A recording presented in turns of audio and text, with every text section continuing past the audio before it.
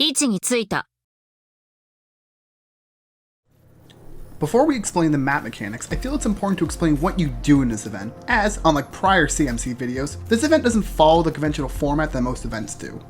You're encouraged to do the Vector special stages that provide buffs to make the main stages marginally easier. The 8 special stages are like face-off nodes from IS-5.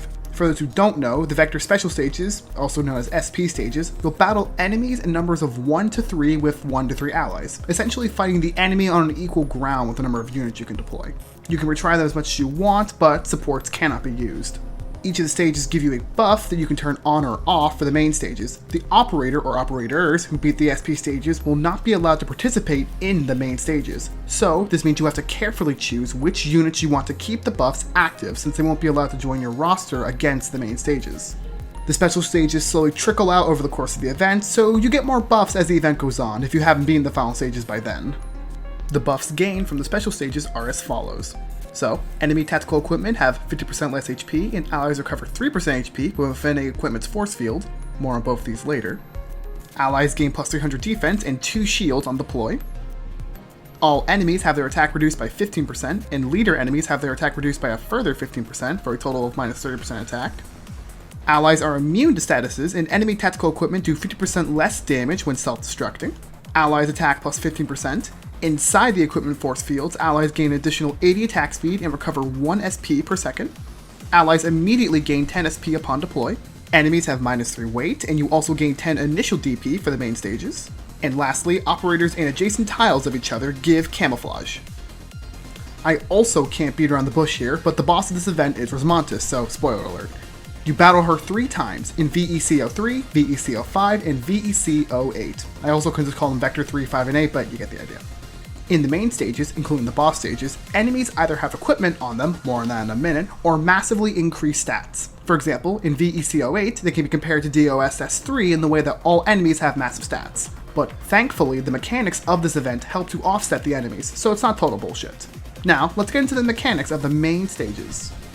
Vector Tactical Equipment, also known as VTE, are a device that can appear on the path inside the stages. When you see them on the ground, they can stun allies in a 3x3 radius for 2 seconds every second, deal 250 true damage to nearby friendly units every 0.8 seconds when attacked, they have a taunt level of 1, and they self-destruct if not defeated in 30 seconds, doing 4k arts damage to allies within the 3 tiles around them. If you defeat the equipment, they will disappear and a force field will take its place. Your operators gain multiple buffs if they're inside the field. They gain 200% HP and plus 100% attack, gain 50% physical and arts DR, immune to negative statuses, and remove the invulnerability of Rosmantis' drone. More on that later. If enemies pick up the VTEs before your operators can defeat it, they will gain plus 100% attack and HP, and they will gain plus 1 taunt level.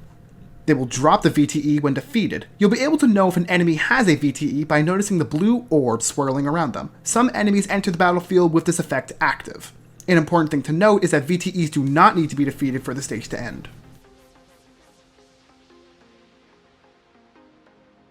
Now, for one of the important enemies, Rosmantis' drone. These little buddies have a few abilities. They are invulnerable to damage until they enter the radius of a VTE force field, assuming you destroy it. Every third attack, they will stun the operator they are hitting for 5 seconds. And when defeated, they will drop down into the battlefield as a supply pile. During Rosmantis' third phase, the supply pile will activate and give all allied units inside its radius 50% DR for 60 seconds, after which it will self-destruct. This last ability can only be used on the final stage, Vector 8.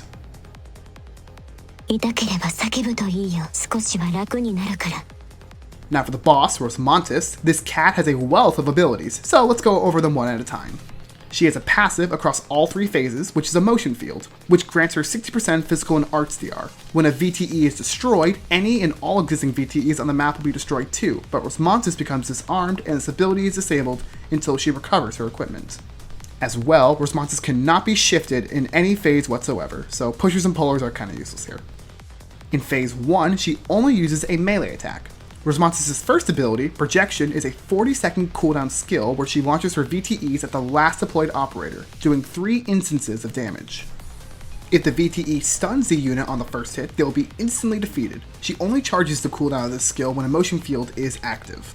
When a motion field is disabled, her DR is also disabled, but she begins charging the skill Captured, which after 25 seconds lets her recall all equipment on the map, clear all force fields from the destroyed VTEs, and reactivates a motion field.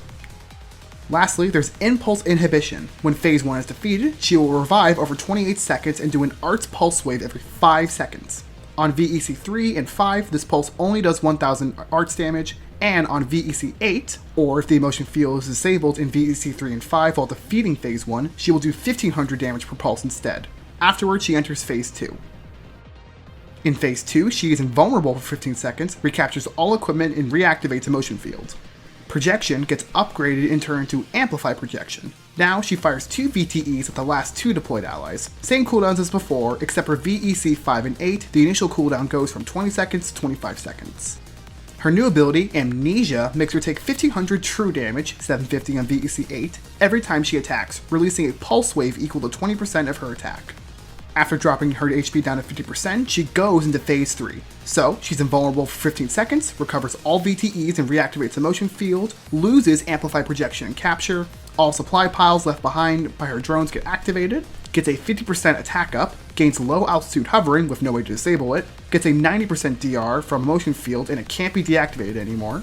Similar to the VTE, she now gets a new ability where she does 500 true damage to all ally units within a 1.7 tile radius whenever she takes damage every 0.8 seconds. And she has one debuff. She takes 1500 true damage every time she attacks, and her Amnesia Pulse Wave is now 30% of her attack instead of 20%. When defeated this time, she goes down for real. 悪くない。